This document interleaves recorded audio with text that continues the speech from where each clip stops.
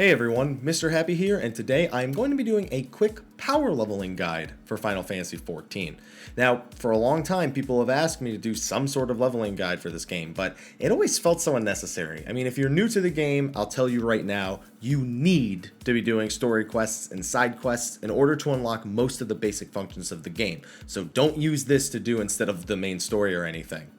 On top of that, even for your secondary classes, you got dungeons, leaves, fates, duty roulette, guild hests, challenge logs, hunting logs. There's so many methods of leveling up in this game. However, I did take an old school WoW method that I actually used quite some time ago in Final Fantasy XIV to help out a friend, and I applied it to this game, and the results came out pretty good. So before I tell you what this method is, first of all, I'm going to say this is not a solo power leveling. This will be a friend power leveling you or you power leveling a friend. It's going to require 2 people at least. The first player is the person who will be doing the power leveling, who should have at least 1 or more jobs at level 60, preferably a healer or a paladin of some kind.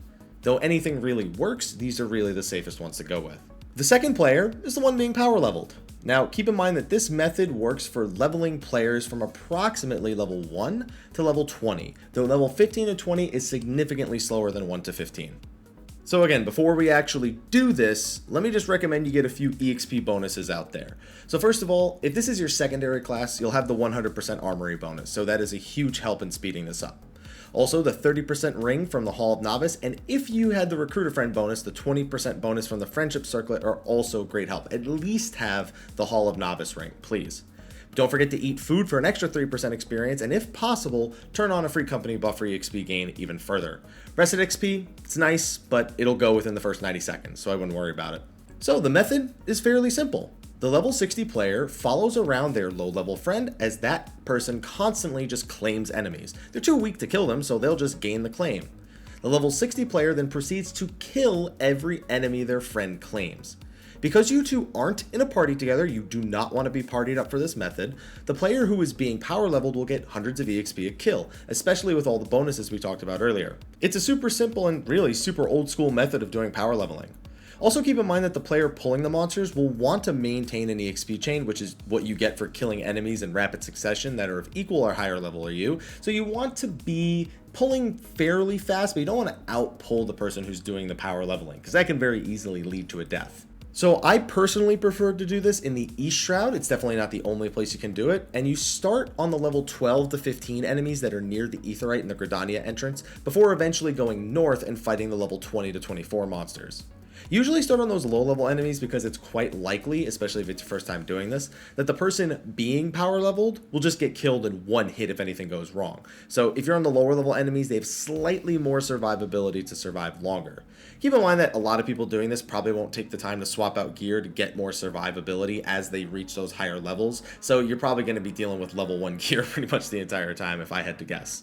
So for early levels, I like going with Scholar or Astro, strictly because I can put a shield on that player, so even when they're taking hits and they're just chain pulling, they're not going to die if they take a hit. The shield is just stronger. Stone Skin is only a percentage of your HP. It's not going to save you when you're getting hit that hard at that level with that little health.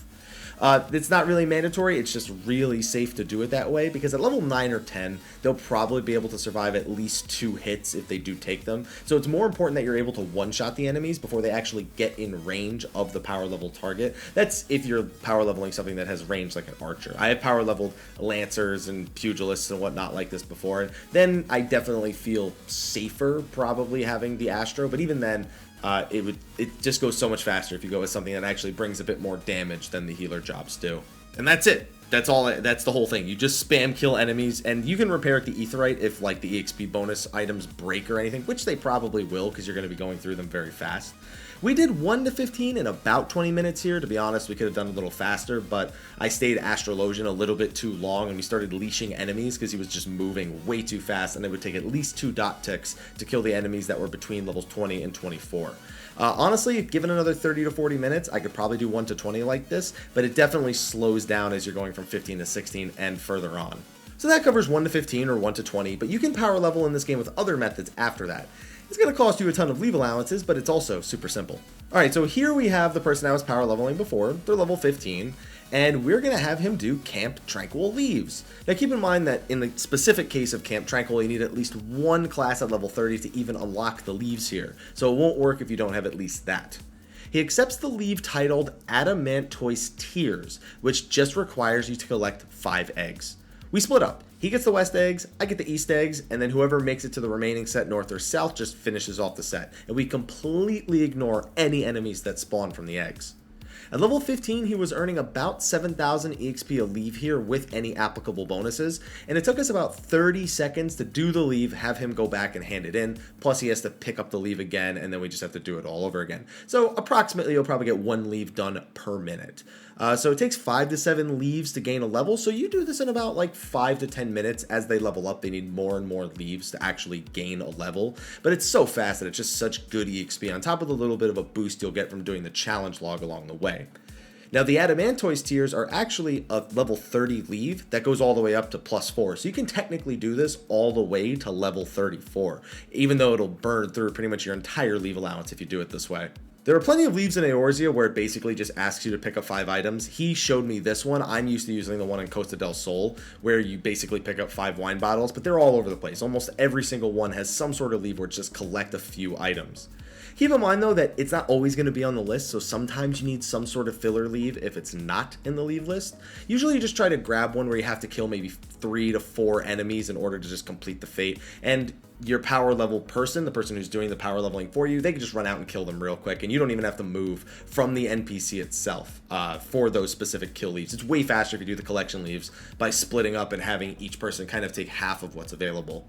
And the beauty of this method is that once you're kind of close to the level range of the leave itself, in this case, like I said, this leave was like around level 30, it can be totally soloed. I mean, I wouldn't try to do it solo at level 15, but by level like 24 to 28, you could probably safely do Adamantoise Tears and complete the filler leave, but you definitely need up-to-date gear if you're going to be soloing the filler leaves where you actually have to kill enemies. Using these methods, you can easily just make a deal with a friend and say, hey man, listen, you don't want to level that, I don't want to level this, let's power level each other, and you could probably make something work. Or you could just ask a friend from a free company or a link shell or something like that.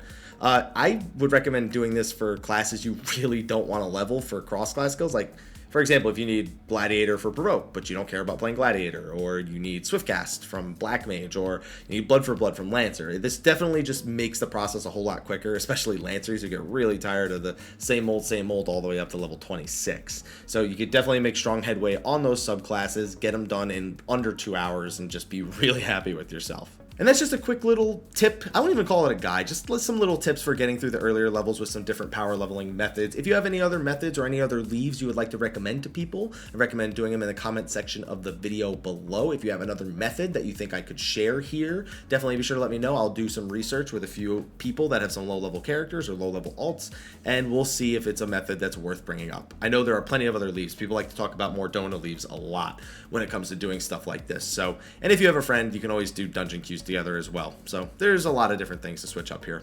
Anyway, be sure to like, favorite, subscribe, and share. Tell your friend if he's thinking about starting the game up and you want to give him a power level. And well, I'll see you in the next video. Until then, take care.